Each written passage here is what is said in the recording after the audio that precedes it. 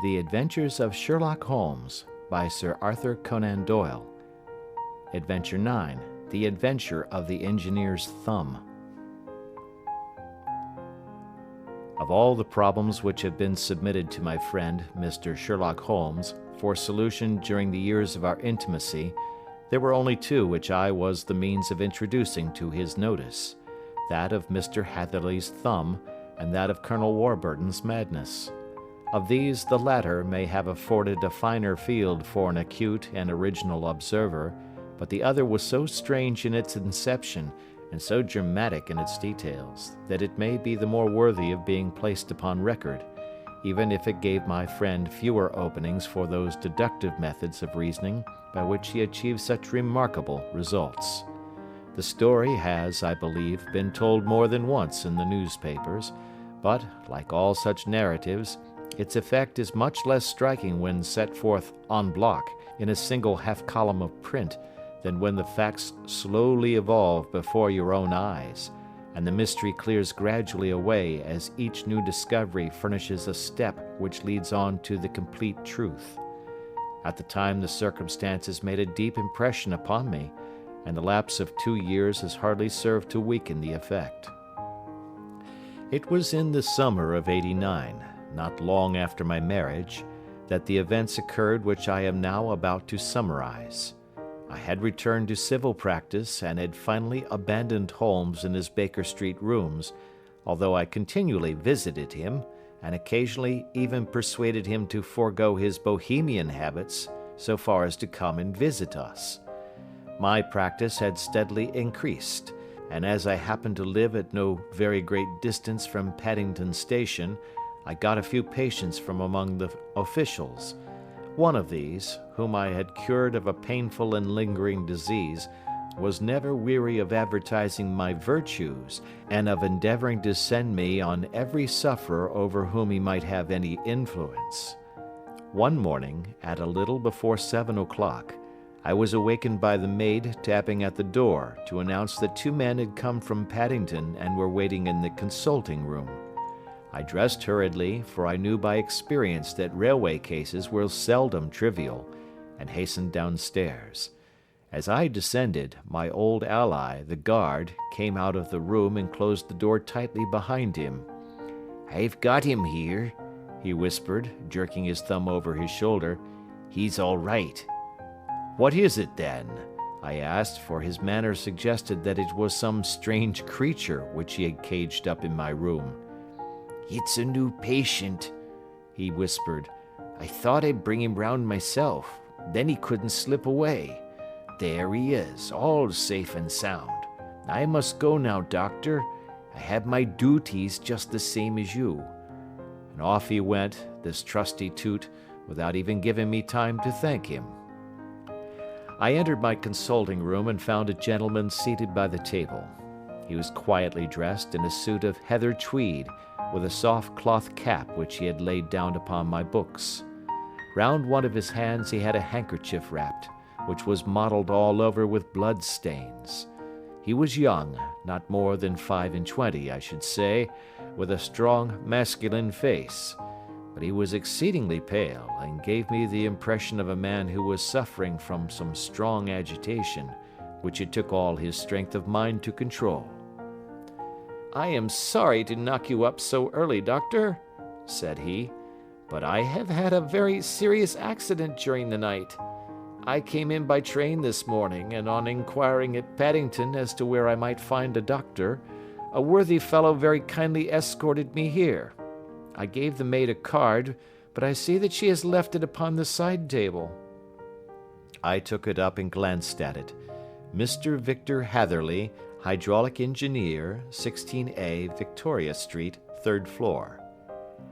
That was the name, style, and abode of my morning visitor. "I regret that I have kept you waiting," said I, sitting down in my library chair. "You are fresh from a night journey, I understand, which is in itself a monotonous occupation." "Oh, my night could not be called monotonous," said he, and laughed. He laughed very heartily, with a high, ringing note, leaning back in his chair and shaking his sides. All my medical instincts rose up against that laugh. "Stop it!" I cried. "Pull yourself together!" And I poured out some water from a carafe. It was useless, however. He was off in one of those hysterical outbursts which come upon a strong nature when some great crisis is over and gone. Presently he came to himself once more, very weary and pale-looking. "I have been making a fool of myself," he gasped. "Not at all. Drink this." I dashed some brandy into the water, and the color began to come back to his bloodless cheeks. "That's better," said he. "And now, doctor, perhaps you would kindly attend to my thumb, or rather to the place where my thumb used to be?" He unwound the handkerchief and held out his hand. It gave even my hardened nerves a shudder to look at it.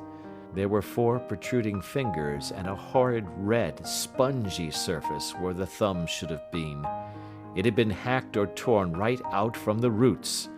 "Good heavens!" I cried. "This is a terrible injury. It must have bled considerably." "Yes, it did. I fainted when it was done, and I think that I must have been senseless for a long time. When I came to, I found that it was still bleeding, so I tied one end of my handkerchief very tightly round the wrist and braced it up with a twig." "Excellent. You should have been a surgeon." "It is a question of hydraulics, you see, and came within my own province." "This has been done," said I, examining the wound, "by a very heavy and sharp instrument." "A thing like a cleaver," said he. "An accident, I presume?" "By no means." "What? A murderous attack?" "Very murderous indeed." "You horrify me." I sponged the wound, cleaned it, dressed it, and finally covered it over with cotton wadding and carbolized bandages. He lay back without wincing, though he bit his lip from time to time. "How is that?" I asked when I had finished. "Capital. Between your brandy and your bandage, I feel a new man. I was very weak, but I have had a good deal to go through." "Perhaps you had better not speak of the matter. It is evidently trying to your nerves." "Oh, no, not now. I shall have to tell my tale to the police. But between ourselves, if it were not for the convincing evidence of this wound of mine, I should be surprised if they believe my statement, for it is a very extraordinary one, and I have not much in the way of proof with which to back it up. And even if they believe me, the clues which I can give them are so vague that it is a question whether justice will be done." "Ha!" cried I. "If it is anything in the nature of a problem which you desire to see solved, I should strongly recommend you to come to my friend, Mr. Sherlock Holmes, before you go to the official police." "Oh, I have heard of that fellow," answered my visitor, "and I should be very glad if he would take the matter up, though of course I must use the official police as well. Would you give me an introduction to him?" "I'll do better. I'll take you round to him myself." "I should be immensely obliged to you." "We'll call a cab and go together. We shall just be in time to have a little breakfast with him. Do you feel equal to it?" "Yes, I shall not feel easy until I have told my story." "Then my servant will call a cab and I shall be with you in an instant." I rushed upstairs, explained the matter shortly to my wife, and in 5 minutes was inside a hansom driving with my new acquaintance to Baker Street. Sherlock Holmes was, as I expected, lounging about his sitting room in his dressing gown, reading the agony column of the Times and smoking his before-breakfast pipe, which was composed of all the plugs and dottles left from his smokes of the day before, all carefully dried and collected on the corner of the mantelpiece. He received us in his quietly genial fashion, ordered fresh rashers and eggs, and joined us in a hearty meal. When it was concluded, he settled our new acquaintance upon the sofa, placed a pillow beneath his head, and laid a glass of brandy and water within his reach. "It is easy to see that your experience has been no common one, Mr. Hatherley," said he. Pray lie down there and make yourself absolutely at home. Tell us what you can, but stop when you are tired and keep up your strength with a little stimulant." "Thank you," said my patient, "but I have felt another man since the doctor bandaged me, and I think that your breakfast has completed the cure. I shall take up as little of your valuable time as possible, so I shall start at once upon my peculiar experiences." Holmes sat in his big armchair with the weary, heavy-lidded expression which veiled his keen and eager nature, while I sat opposite to him, and we listened in silence to the strange story which our visitor detailed to us. "You must know," said he, "that I am an orphan and a bachelor, residing alone in lodgings in London. By profession I am a hydraulic engineer, and I have had considerable experience of my work during the 7 years that I was apprenticed to Venner and Matheson, the well-known firm of Greenwich. 2 years ago, having served my time, and having also come into a fair sum of money through my poor father's death, I determined to start in business for myself, and took professional chambers in Victoria Street. I suppose that everyone finds his first independent start in business a dreary experience. To me, it has been exceptionally so. During 2 years, I have had 3 consultations and 1 small job, and that is absolutely all that my profession has brought me. My gross takings amount to £27 10s. Every day, from 9 in the morning until 4 in the afternoon, I waited in my little den until at last my heart began to sink, and I came to believe that I should never have any practice at all. Yesterday, however, just as I was thinking of leaving the office, my clerk entered to say there was a gentleman waiting who wished to see me upon business. He brought up a card, too, with the name of Colonel Lysander Stark engraved upon it. Close at his heels came the colonel himself, a man rather over the middle size, but of an exceeding thinness. I do not think that I have ever seen so thin a man. His whole face sharpened away into nose and chin, and the skin of his cheeks was drawn quite tense over his outstanding bones. Yet this emaciation seemed to be his natural habit, and due to no disease, for his eye was bright, his step brisk, and his bearing assured. He was plainly but neatly dressed, and his age, I should judge, would be nearer 40 than 30. "Mr. Hatherley," said he, with something of a German accent, "you have been recommended to me, Mr. Hatherley, as being a man who is not only proficient in his profession, but is also discreet and capable of preserving a secret."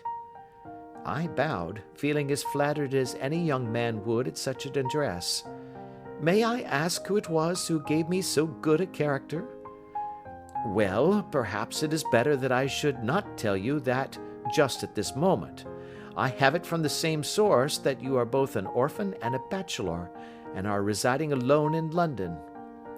"That is quite correct," I answered, "but you will excuse me if I say that I cannot see how all this bears upon my professional qualifications.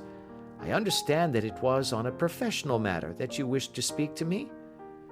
"Undoubtedly so, but you will find that all I say is really to the point.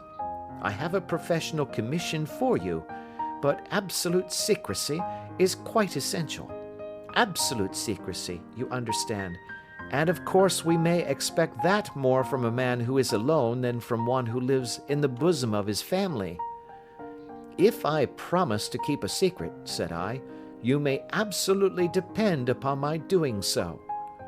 He looked very hard at me as I spoke, and it seemed to me that I had never seen so suspicious and questioning an eye. "Do you promise, then?" said he at last. "Yes, I promise." "Absolute and complete silence before, during, and after? No reference to the matter at all, either in word or writing?" "I have already given you my word." "Very good." He suddenly sprang up, and darting like lightning across the room, he flung open the door. The passage outside was empty. "That's all right," said he, coming back. "I know that clerks are sometimes curious as to their master's affairs. Now we can talk in safety." He drew up his chair very close to mine and began to stare at me again with the same questioning and thoughtful look. A feeling of repulsion and of something akin to fear had begun to rise within me at the strange antics of this fleshless man. Even my dread of losing a client could not restrain me from showing my impatience. "I beg that you will state your business, sir," said I. "My time is of value." Heaven forgive me for that last sentence, but the words came to my lips. "How would 50 guineas for a night's work suit you?" he asked. "Most admirably." "I say a night's work, but an hour's would be nearer the mark. I simply want your opinion about a hydraulic stamping machine which has got out of gear. If you show us what is wrong, we shall soon set it right ourselves. What do you think of such a commission as that?" "The work appears to be light and the pay munificent." "Precisely so. We shall want you to come tonight by the last train." "Where to?" "To Eyford in Berkshire. It is a little place near the borders of Oxfordshire and within 7 miles of Reading. There is a train from Paddington which would bring you there at about 11:15. "Very good. I shall come down in a carriage to meet you." "There is a drive, then?" "Yes, our little place is quite out in the country. It is a good 7 miles from Eyford Station." "Then we can hardly get there before midnight. I suppose there would be no chance of a train back. I should be compelled to stop the night." "Yes, we could easily give you a shakedown." "That is very awkward. Could I not come at some more convenient hour?" "We have judged it best that you should come late.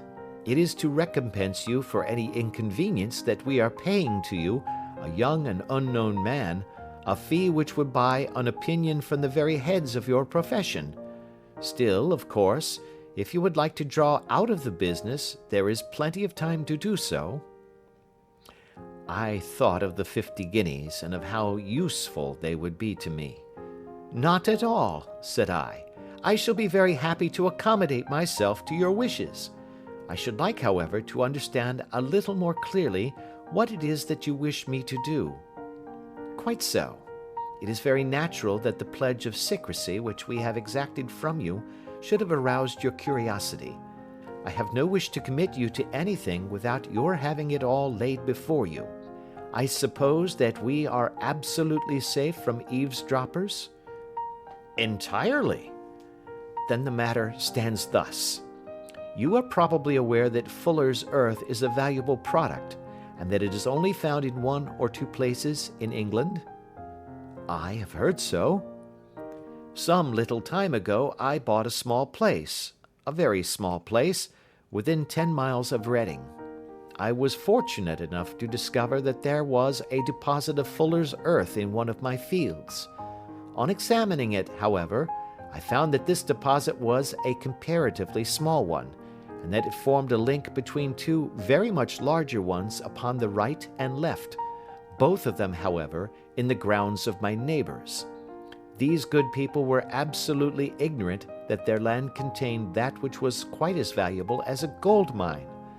Naturally, it was to my interest to buy their land before they discovered its true value, but unfortunately I had no capital by which I could do this.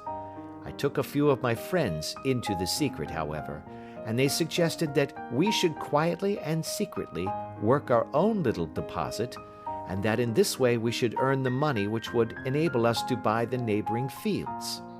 This we have now been doing for some time, and in order to help us in our operations, we erected a hydraulic press. This press, as I have already explained, has got out of order, and we wish your advice upon the subject. We guard our secret very jealously, however, and if it once became known that we had hydraulic engineers coming to our little house, it would soon rouse inquiry, and then, if the facts came out, It would be goodbye to any chance of getting these fields and carrying out our plans. That is why I have made you promise me that you will not tell a human being that you are going to Eyford tonight. I hope that I make it all plain." "I quite follow you," said I. "The only point which I could not quite understand was what use you could make of a hydraulic press in excavating fuller's earth, which, as I understand, is dug out like gravel from a pit." "Ah," said he carelessly, "we have our own process. We compress the earth into bricks, so as to remove them without revealing what they are. But that is a mere detail. I have taken you fully into my confidence now, Mr. Hatherley, and I have shown you how I trust you." He rose as he spoke. "I shall expect you then at Eyford at 11:15. "I shall certainly be there." And not a word to a soul. He looked at me with a last long, questioning gaze, and then, pressing my hand in a cold, dank grasp, he hurried from the room. Well, when I came to think it all over in cool blood, I was very much astonished, as you may both think, at this sudden commission which has been entrusted to me. On the one hand, of course, I was glad, for the fee was at least tenfold what I should have asked had I set a price upon my own services, and it was possible that this order might lead to other ones. On the other hand, the face and manner of my patron had made an unpleasant impression upon me, and I could not think that his explanation of the fuller's earth was sufficient to explain the necessity of my coming at midnight, and his extreme anxiety lest I should tell anyone of my errand. However, I threw all fears to the winds, ate a hearty supper, drove to Paddington, and started off, having obeyed to the letter the injunction as to holding my tongue. At Reading, I had to change not only my carriage but my station. However, I was in time for the last train to Eyford, and I reached the little dim-lit station after 11 o'clock. I was the only passenger who got out there, and there was no one upon the platform save a single sleepy porter with a lantern. As I passed out through the wicket gate, however, I found my acquaintance of the morning waiting in the shadow upon the other side. Without a word he grasped my arm and hurried me into a carriage, the door of which was standing open. He drew up the windows on either side, tapped on the woodwork, and away we went as fast as the horse could go. "One horse?" interjected Holmes. "Yes, only one." "Did you observe the color?" "Yes, I saw it by the side lights when I was stepping into the carriage. It was a chestnut." "Tired looking or fresh?" "Oh, fresh and glossy." "Thank you. I am sorry to have interrupted you. Pray continue your most interesting statement." "Away we went then, and we drove for at least an hour. Colonel Lysander Stark had said that it was only 7 miles, but I should think, from the rate that we seemed to go, and from the time that we took, that it must have been nearer 12. He sat at my side in silence all the time, and I was aware, more than once when I glanced in his direction, that he was looking at me with great intensity. The country roads seemed to be not very good in that part of the world, for we lurched and jolted terribly. I tried to look out of the windows to see something of where we were, but they were made of frosted glass, and I could make out nothing save the occasional bright blur of a passing light. Now and then I hazarded some remark to break the monotony of the journey, but the colonel answered only in monosyllables, and the conversation soon flagged. At last, however, the bumping of the road was exchanged for the crisp smoothness of a graveled drive, and the carriage came to a stand. Colonel Lysander Stark sprang out, and, as I followed after him, pulled me swiftly into a porch which gaped in front of us. We stepped, as it were, right out of the carriage and into the hall, so that I failed to catch the most fleeting glance of the front of the house. The instant that I had crossed the threshold, the door slammed heavily behind us, and I heard faintly the rattle of the wheels as the carriage drove away. It was pitch dark inside the house, and the colonel fumbled about looking for matches and muttering under his breath. Suddenly, a door opened at the other end of the passage, and a long, golden bar of light shot out in our direction. It grew broader, and a woman appeared with a lamp in her hand, which she held above her head, pushing her face forward and peering at us. I could see that she was pretty, and from the gloss with which the light shone upon her dark dress, I knew that it was a rich material. She spoke a few words in a foreign tongue, in a tone as though asking a question, and when my companion answered in a gruff monosyllable, she gave such a start that the lamp nearly fell from her hand. Colonel Stark went up to her, whispered something in her ear, and then, pushing her back into the room from whence she had come, he walked towards me again with the lamp in his hand. "Perhaps you will have the kindness to wait in this room for a few minutes," said he, throwing open another door. It was a quiet, little, plainly furnished room, with a round table in the center, on which several German books were scattered. Colonel Stark laid down the lamp on the top of a harmonium beside the door. "I shall not keep you waiting an instant," said he, and vanished into the darkness. I glanced at the books upon the table, and in spite of my ignorance of German, I could see that 2 of them were treatises on science, the others being volumes of poetry. Then I walked across to the window, hoping that I might catch some glimpse of the countryside, but an oak shutter, heavily barred, was folded across it. It was a wonderfully silent house. There was an old clock ticking loudly somewhere in the passage, but otherwise everything was deadly still. A vague feeling of uneasiness began to steal over me. Who were these German people, and what were they doing living in this strange, out-of-the-way place? And where was the place? I was 10 miles or so from Eyford, that was all I knew, but whether north, south, east, or west, I had no idea. For that matter, Reading, and possibly other large towns, were within that radius, so the place might not be so secluded after all. Yet it was quite certain, from the absolute stillness, that we were in the country. I paced up and down the room, humming a tune under my breath to keep up my spirits, and feeling that I was thoroughly earning my 50-guinea fee. Suddenly, without any preliminary sound in the midst of the utter stillness, the door of my room swung slowly open. The woman was standing in the aperture, the darkness of the hall behind her, the yellow light from my lamp beating upon her eager and beautiful face. I could see at a glance that she was sick with fear, and the sight sent a chill to my own heart. She held up one shaking finger to warn me to be silent, and she shot a few whispered words of broken English at me, her eyes glancing back, like those of a frightened horse, into the gloom behind her. "I would go," said she, trying hard, as it seemed to me, to speak calmly. "I would go. I should not stay here. There is no good for you to do." "But, madam," said I have not yet done what I came for. I cannot possibly leave until I have seen the machine." "It is not worth your while to wait," she went on. "You can pass through the door, no one hinders." And then, seeing that I smiled and shook my head, she suddenly threw aside her constraint and made a step forward, with her hands wrung together. "For the love of heaven," she whispered, "get away from here before it is too late."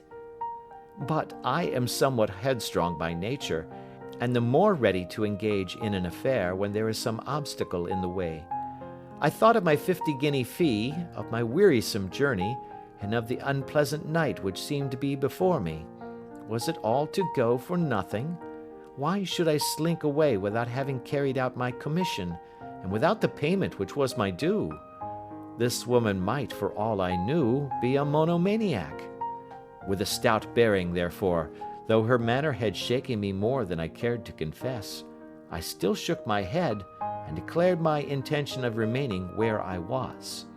She was about to renew her entreaties when a door slammed overhead, and the sound of several footsteps was heard upon the stairs. She listened for an instant, threw up her hands with a despairing gesture, and vanished as suddenly and as noiselessly as she had come. The newcomers were Colonel Lysander Stark and a short, thick man with a chinchilla beard growing out of the creases of his double chin, who was introduced to me as Mr. Ferguson. "This is my secretary and manager," said the colonel. "By the way, I was under the impression that I left this door shut just now. I fear that you have felt the draught." "On the contrary," said I opened the door myself because I felt the room to be a little close." He shot one of his suspicious looks at me. "Perhaps we had better proceed to business then," said he.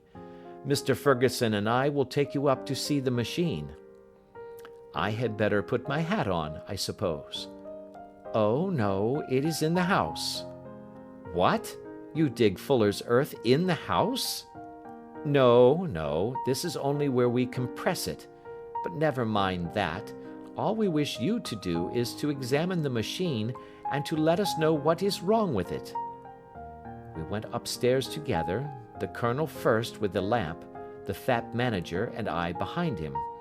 It was a labyrinth of an old house, with corridors, passages, narrow winding staircases, and little low doors, the thresholds of which were hollowed out by the generations who had crossed them. There were no carpets and no signs of any furniture above the ground floor, while the plaster was peeling off the walls, and the damp was breaking through in green, unhealthy blotches. I tried to put on as unconcerned an air as possible, but I had not forgotten the warnings of the lady, even though I disregarded them, and I kept a keen eye upon my two companions.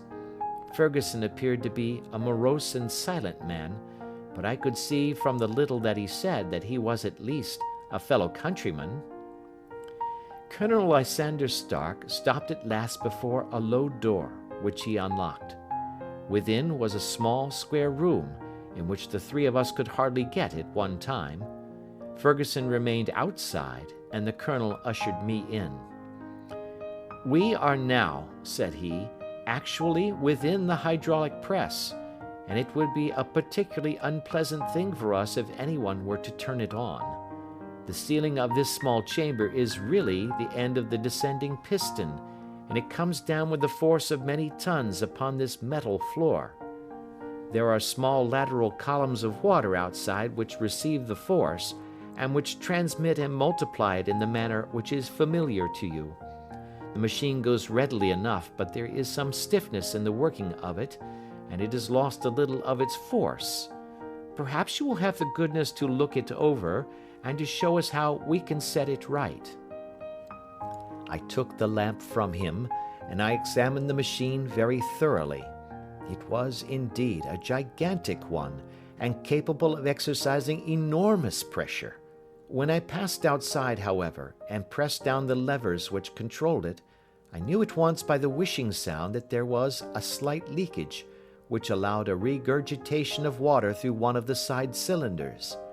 An examination showed that one of the india rubber bands which was round the head of a driving rod had shrunk so as to not quite fill the socket along which it worked. This was clearly the cause of the loss of power, and I pointed it out to my companions, who followed my remarks very carefully and asked several practical questions as to how they should proceed to set it right. When I had made it clear to them, I returned to the main chamber of the machine and took a good look at it to satisfy my own curiosity. It was obvious at a glance that the story of the fuller's earth was the merest fabrication, for it would be absurd to suppose that so powerful an engine could be designed for so inadequate a purpose. The walls were of wood, but the floor consisted of a large iron trough, and when I came to examine it, I could see a crust of metallic deposit all over it. I had stooped and was scraping at this to see exactly what it was, when I heard a muttered exclamation in German and saw the cadaverous face of the colonel looking down at me. "What are you doing there?" he asked. I felt angry at having been tricked by so elaborate a story as that which he had told me. "I was admiring your fuller's earth," said I. I think that I should be better able to advise you as to your machine if I knew what the exact purpose was for which it was used." The instant that I uttered the words, I regretted the rashness of my speech. His face set hard, and a baleful light sprang up in his gray eyes. "Very well," said he, "you shall know all about the machine." He took a step backward, slammed the little door, and turned the key in the lock. I rushed towards it and pulled at the handle, but it was quite secure, and did not give in the least to my kicks and shoves. "Hello!" I yelled. "Hullo! Colonel, let me out!" And then suddenly in the silence, I heard a sound which set my heart into my mouth. It was the clank of the levers and the swish of the leaking cylinder. He had set the engine at work. The lamp still stood upon the floor where I had placed it when examining the trough. By its light I saw that the black ceiling was coming down upon me, slowly, jerkily, but, as none knew better than myself, with a force which must within a minute grind me to a shapeless pulp. I threw myself screaming against the door, and dragged with my nails at the lock. I implored the colonel to let me out, but the remorseless clanking of the levers drowned my cries. The ceiling was only a foot or two above my head, and with my hand upraised I could feel its hard, rough surface. Then it flashed through my mind that the pain of my death would depend very much upon the position in which I met it. If I lay on my face, the weight would come upon my spine, and I shuddered to think of that dreadful snap. Easier the other way, perhaps, and yet, had I the nerve to lie and look up at that deadly black shadow wavering down upon me? Already I was unable to stand erect, when my eye caught something which brought a gush of hope back to my heart. I have said that though the floor and ceiling were of iron, the walls were of wood. As I gave a last hurried glance around, I saw a thin line of yellow light between two of the boards, which broadened and broadened as a small panel was pushed backwards. For an instant I could hardly believe that here was indeed a door which led away from death. The next instant I threw myself through, and lay half fainting upon the other side. The panel had closed again behind me, but the crash of the lamp, and a few moments afterwards the clang of the two slabs of metal, told me how narrow had been my escape. I was recalled to myself by a frantic plucking at my wrist, and I found myself lying upon the stone floor of a narrow corridor, while a woman bent over me and tugged at me with her left hand, while she held a candle in her right. It was the same good friend whose warning I had so foolishly rejected. "Come, come," she cried breathlessly. "They will be here in a moment. They will see that you are not there. Oh, do not waste the so precious time, but come." This time, at least, I did not scorn her advice. I staggered to my feet and ran with her along the corridor and down a winding stair. The latter led to another broad passage, and just as we reached it we heard the sound of running feet and the shouting of two voices, one answering the other from the floor on which we were and from the one beneath. My guide stopped and looked about her like one who is at her wit's end. Then she threw open a door which led into a bedroom, through the window of which the moon was shining brightly. "It is your only chance," said she. "It is high, but it may be that you can jump it." As she spoke, a light sprang into view at the further end of the passage, and I saw the lean figure of Colonel Lysander Stark rushing forward with a lantern in one hand and a weapon like a butcher's cleaver in the other. I rushed across the bedroom, flung open the window, and looked out. How quiet and sweet and wholesome the garden looked in the moonlight, and it could not be more than 30 feet down. I clambered out upon the sill, but I hesitated to jump until I should have heard what passed between my saviour and the ruffian who pursued me. If she were ill used, then at any risks I was determined to go back to her assistance. The thought had hardly flashed through my mind before he was at the door, pushing his way past her, and she threw her arms round him and tried to hold him back. "Fritz, Fritz," she cried in English, "remember your promise after the last time. You said it should not be again. He will be silent. Oh, he will be silent!"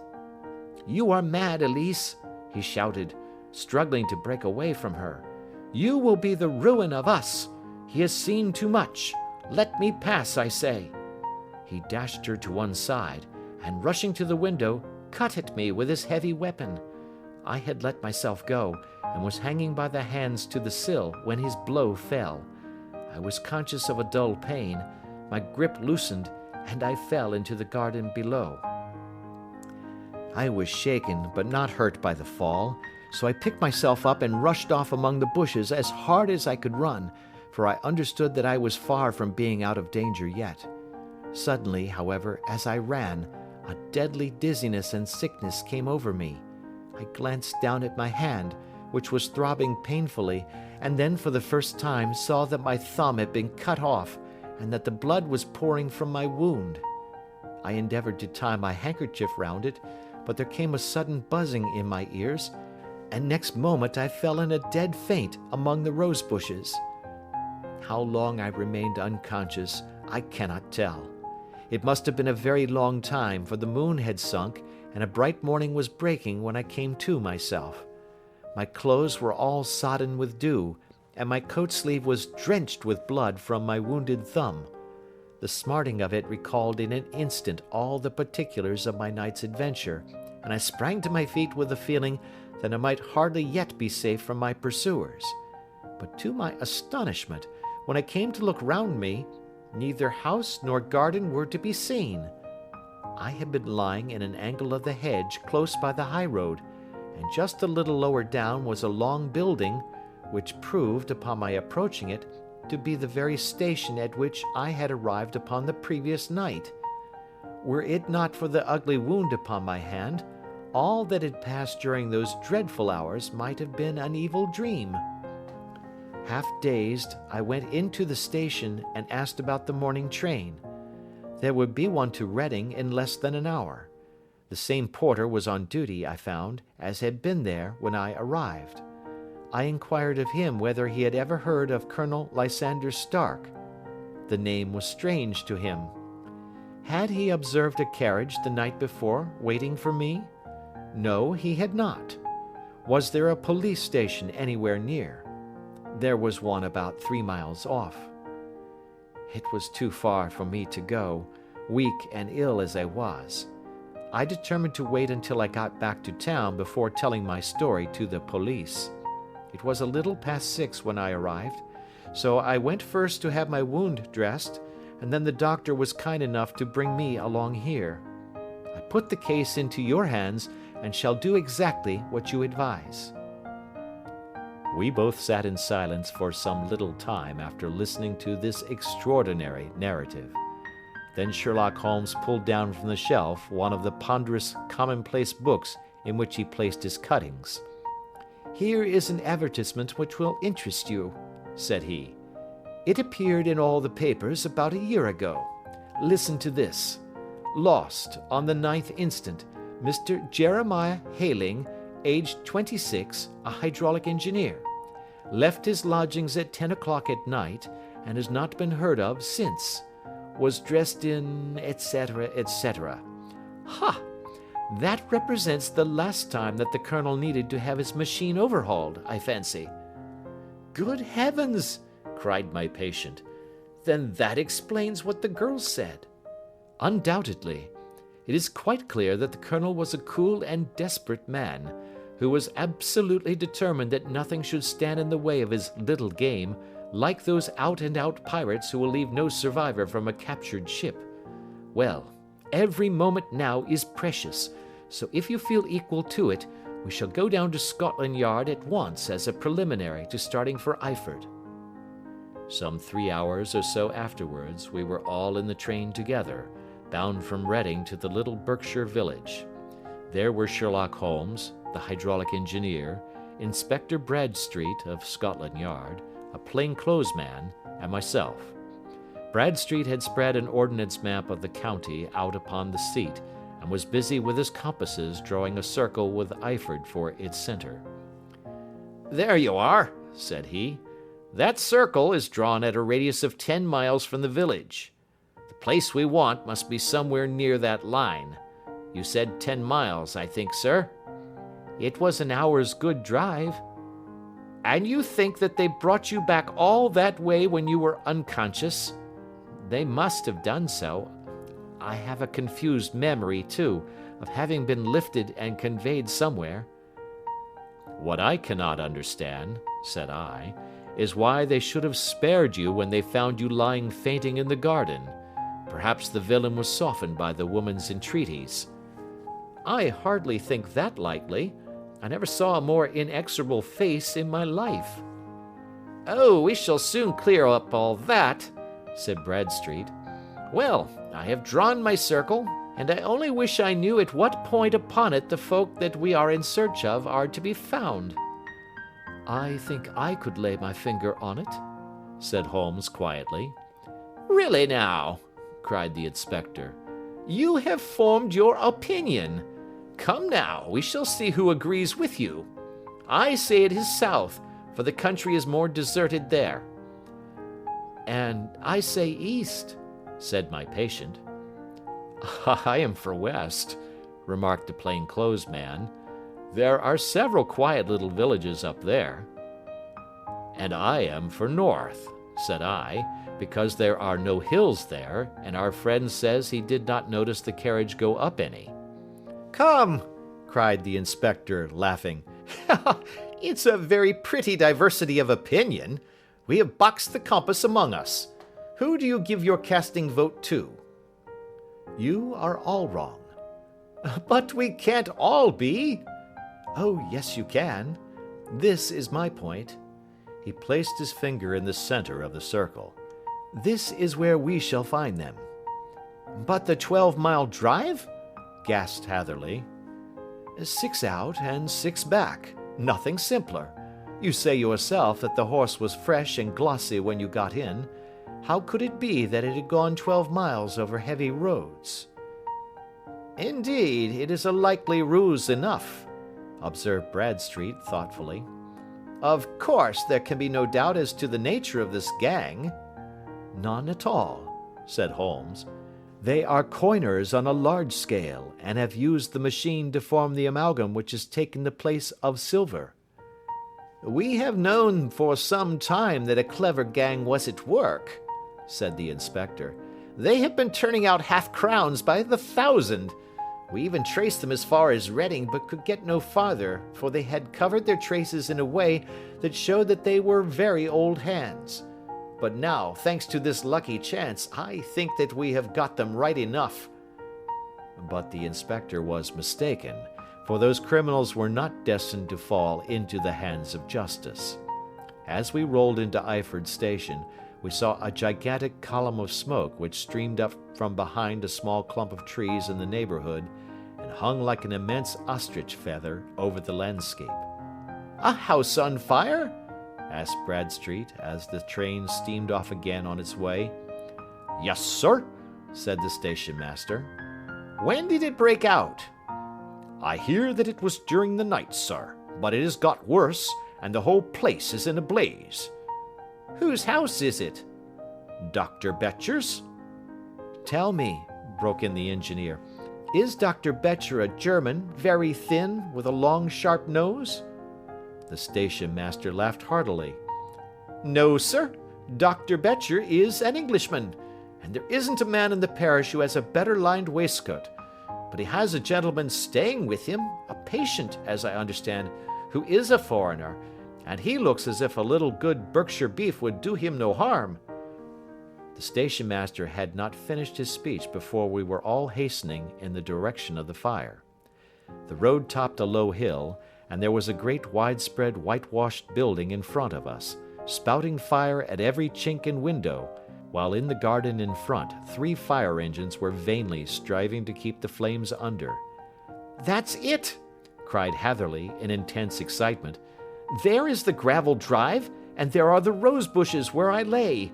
That second window is the one that I jumped from." "Well, at least," said Holmes, "you have had your revenge upon them. There can be no question that it was your oil lamp which, when it was crushed in the press, set fire to the wooden walls, though no doubt they were too excited in the chase after you to observe it at the time. Now keep your eyes open in this crowd for your friends of last night, though I very much fear that they are a good 100 miles off by now." And Holmes's fears came to be realized, for from that day to this no word has ever been heard either of the beautiful woman, the sinister German, or the morose Englishman. Early that morning a peasant had met a cart containing several people and some very bulky boxes driving rapidly in the direction of Reading, but there all traces of the fugitives disappeared, and even Holmes's ingenuity failed ever to discover the least clue as to their whereabouts. The firemen had been much perturbed at the strange arrangements which they had found within, and still more so by discovering a newly severed human thumb upon a window-sill of the second floor. About sunset, however, their efforts were at last successful, and they subdued the flames, but not before the roof had fallen in, and the whole place been reduced to such absolute ruin that, save some twisted cylinders and iron piping, not a trace remained of the machinery which had cost our unfortunate acquaintance so dearly. Large masses of nickel and of tin were discovered stored in an outhouse, but no coins were to be found, which may have explained the presence of those bulky boxes which have been already referred to. How our hydraulic engineer had been conveyed from the garden to the spot where he recovered his senses might have remained forever a mystery were it not for the soft mold, which told us a very plain tale. He had evidently been carried down by two persons, one of whom had remarkably small feet, and the other unusually large ones. On the whole, it was most probable that the silent Englishman, being less bold or less murderous than his companion, had assisted the woman to bear the unconscious man out of the way of danger. "Well," said our engineer ruefully, as we took our seats to return once more to London, "it has been a pretty business for me. I have lost my thumb, and I have lost a 50-guinea fee, and what have I gained?" "Experience," said Holmes, laughing. "Indirectly it may be of value, you know. You have only to put it into words to gain the reputation of being excellent company for the remainder of your existence." End of Adventure 9.